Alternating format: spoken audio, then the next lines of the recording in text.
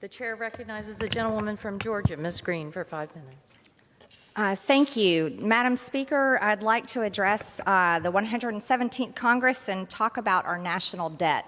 Currently, we are at $28,809,752,000,000, and the numbers are rising so fast I couldn't name them all.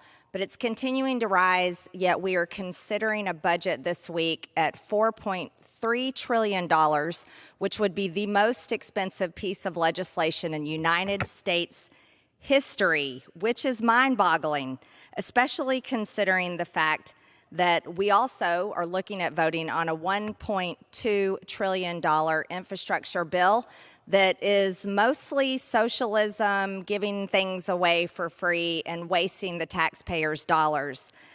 Considering the fact that we just abandoned Americans in Afghanistan, armed the Taliban, 13 of our own military were killed in the process. We also just let in tens of thousands of Haitians into our country through the southern border, which is wide open and out of control. And also, given the fact that on Friday, the Democrats, all except one, voted for full-term abortion and called it women's health care, then celebrated on the Capitol steps, which most people in this country find appalling. You see, abortion up until full term for a baby at 9 months pregnancy is evil and something that this Congress should have never considered. But yet, unfortunately, that's the bill that passed the House on Friday.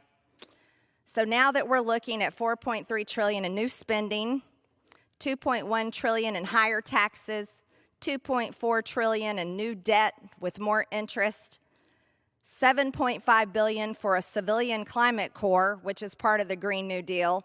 Government doesn't need to be creating a climate police force. Government needs to be getting out of the way of the American people and their businesses so that they don't have to compete with the federal government to hire people to get back to work. Businesses all over the country are struggling to find people to work in their companies. We need truck drivers, we need nurses, and we need to stop vaccine mandates and silly rules requiring people to wear masks everywhere they go and children to wear masks. You see, if vaccines work, then people that get them should trust them. And if people are still afraid, then they can wear a mask. And if they're still afraid, then they can shelter in place.